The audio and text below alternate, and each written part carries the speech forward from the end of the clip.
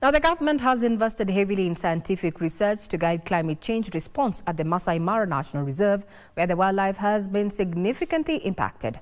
This as pressure mounts on the government to tighten control over development around the country's premier tourist destination, which conservationists now consider as the single greatest threat to the delicate ecosystem.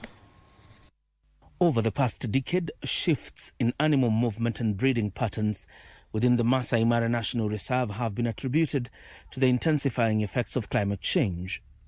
The Mara River serves as a stark example, as its water levels have declined significantly and the water running downstream now carries heavy deposits of soil.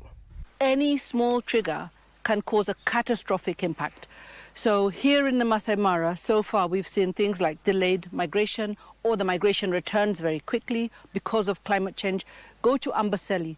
Climate change has been catastrophic, where the wildebeest numbers in just 2 years ago dropped by about 80% as a result of climate change, together with overgrazing and degradation of the ecosystem. We also are doing environmental management, giving rules and conditions.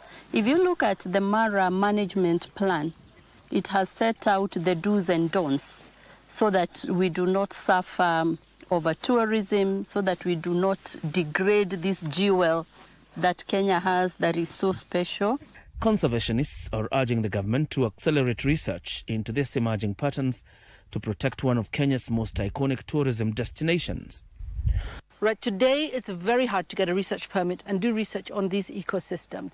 And as a result, there are developments happening which have very weak environmental impact and social impact assessments because there are very few scientists who are contributing to that body of knowledge. This is a treasure trove of information.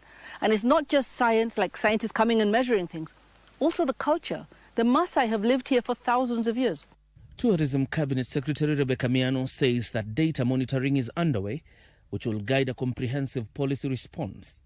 We have set a research center within Mara to look at the trends, to look at the effects of tourism, to look at the trends for animals.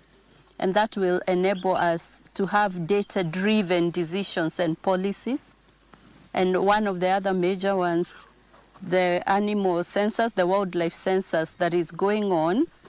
However, conservationists opine that rapid development in and around the park remains a persistent challenge, posing an even greater threat to its long-term survival.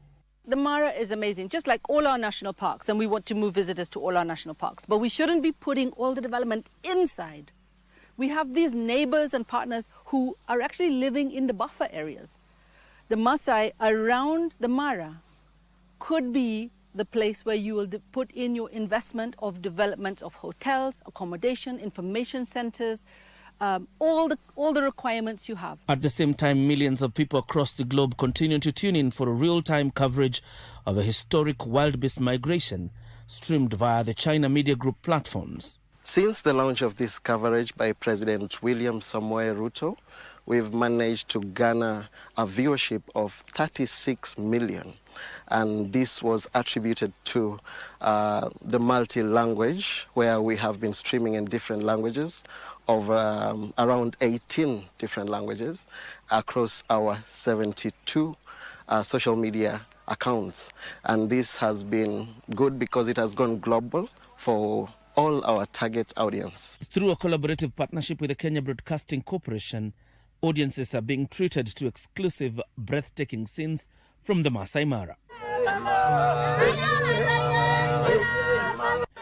John Jacob Curie, Sunday Express.